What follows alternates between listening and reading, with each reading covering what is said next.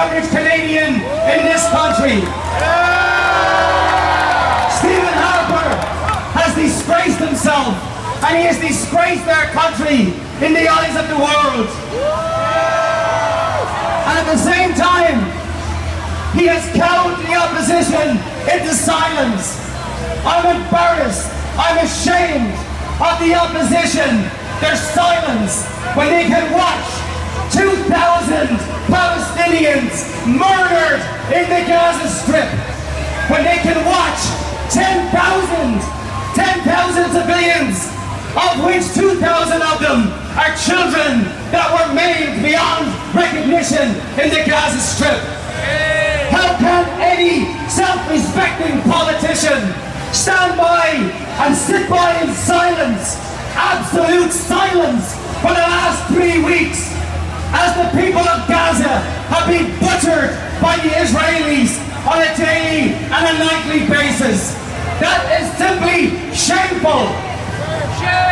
So, my friends, we need to put the pressure on. We need to say to these politicians that come next year, don't come begging us for your votes when you can't stand in solidarity, in basic human decency, and actually standing up for human rights. If you can't stand up for human rights, don't ask us for your votes, my friends. So, I need to say that this weekend that you are joining people in global demonstrations from country to country across the world. And even in London, as it was said earlier on, 150,000 citizens marching in support of the Palestinians and asking the world to stop the slaughter in Gaza. And also in Spain, but more importantly for me at least, in my country of birth, the Republic of Ireland, they were marching in city after city after city, and they're standing in solidarity with the Gaza Strip.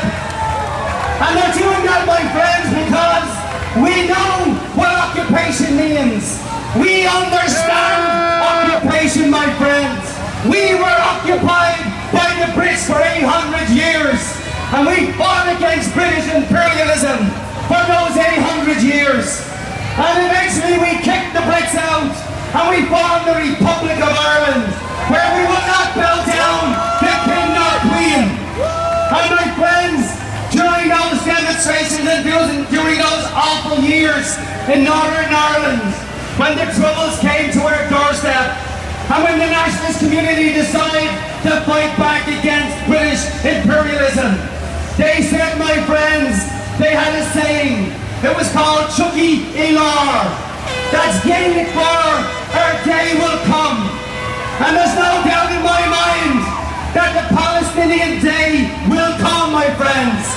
There will come a day when Gaza is free, when Palestine is free, when the West Bank is free, and when East Jerusalem is free. And when that day happens, my friends, we will be there with the Palestinians.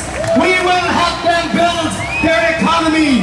And believe me, you mark my words, that in our lifetime, we're going to see a free Palestine. And we're going to get on planes.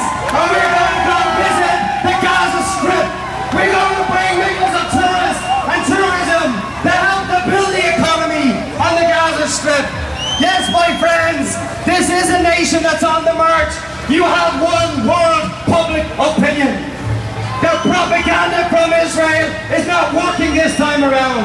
And it's not working because people have got smartphones, we've got internet, we've got Twitter, we've got Facebook, and we can see day in and day out the slaughtering, the killing, and the murdering of Gazans and Palestinians on a daily basis.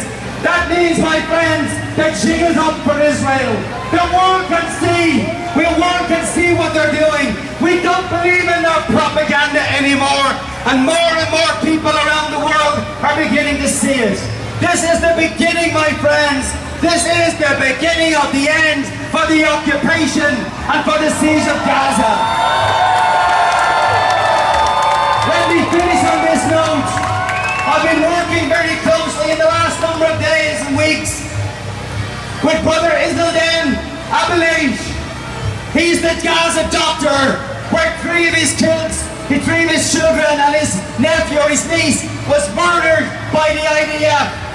Three of his daughters were killed before his eyes. And he has put out a humanitarian effort.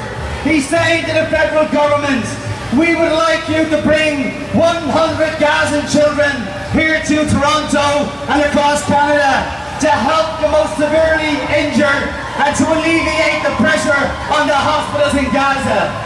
And to the shame, the absolute shame of the Tory government, of Harper and of John Baird, they have refused that humanitarian request. That's a disgraceful act for any government to engage in when we've got young children who've been absolutely maimed beyond recognition in the Gaza Strip.